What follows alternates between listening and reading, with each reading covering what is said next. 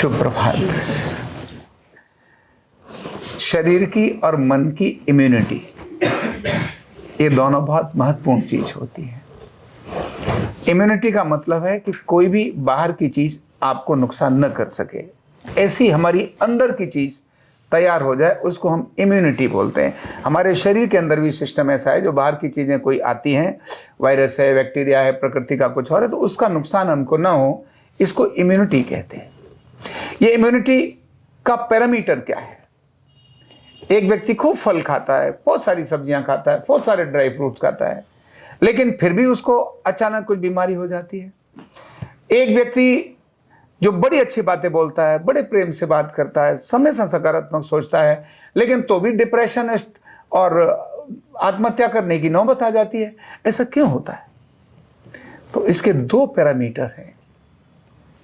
शरीर की इम्यूनिटी, खाने में बहुत अच्छी चीजें बहुत जरूरी हैं, लेकिन जो ठंडी और गर्मी को सहन नहीं कर सकता, जो ठंड थोड़ा सहन नहीं कर सकता और जो थोड़ा गर्म सहन नहीं कर सकता, इसका मतलब है उसके शरीर की इम्यूनिटी कमजोर है। उसका पैरामीटर एक ही है, कोई मेडिकल टेस्ट की जरूरत नहीं।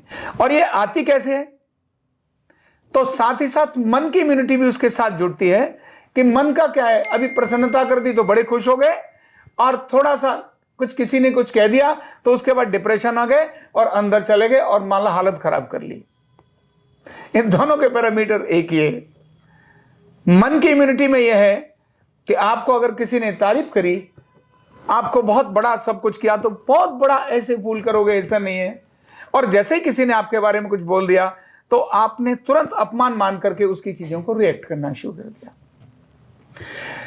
जो सम्मान मिले, अभी हमने एक प्रार्थना में गीत गाया ना, सम्मान मिले अपमान मिले अर्पित कर दे सब कुछ। जो सम्मान और अपमान दोनों को अर्पित कर देता है, इसका मतलब है उसकी इम्यूनिटी कैसी है? स्ट्रांग है।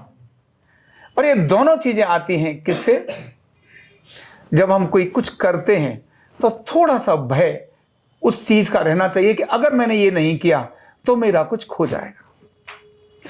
जब ये मन के अंदर आता है कि अब मेरा कुछ खो जाएगा, तब व्यक्ति इनर पोटेंशियल को जागृत करता है। किसको जागृत करता है? इनर पोटेंशियल उसका जागृत होता है जब थोड़ा भय उसको आता है। और जब उसको जागृत करता है तो उसके लिए पराक्रम करता है, पुरुषार्थ करता है, फिर निश्चिंत होकर के काम करने में लग जाता है। तो जो व्यक्ति भोजन केवल अच्छा करता है, इतने से इम्यूनिटी नहीं आएगी। उसके लिए जरूरी है उसको पुरुषार्थ और पराक्रम और मेहनत करना। जब तक पसीना ना आ जाए तब तक वह पुरुषार्थ और पराक्रम की हद नहीं मानी जाती। शरीर की इम्यूनिटी वहां से आती है, मन की इम्यूनिटी वहां से आती है। अपने लक्ष्य को प्राप्त करने के लिए व्यक्ति ने कितनी भी तारीफें मिली, डजंट मैटर, अच्छा हुआ, प्रसन्नता हुई, थैंक यू बोल दिया, और अगर किसी ने अपमान भी किया तो भी कोई बात नहीं, फॉरगेट इट, मुझे मेरे लक्ष्य पर ही जाना है।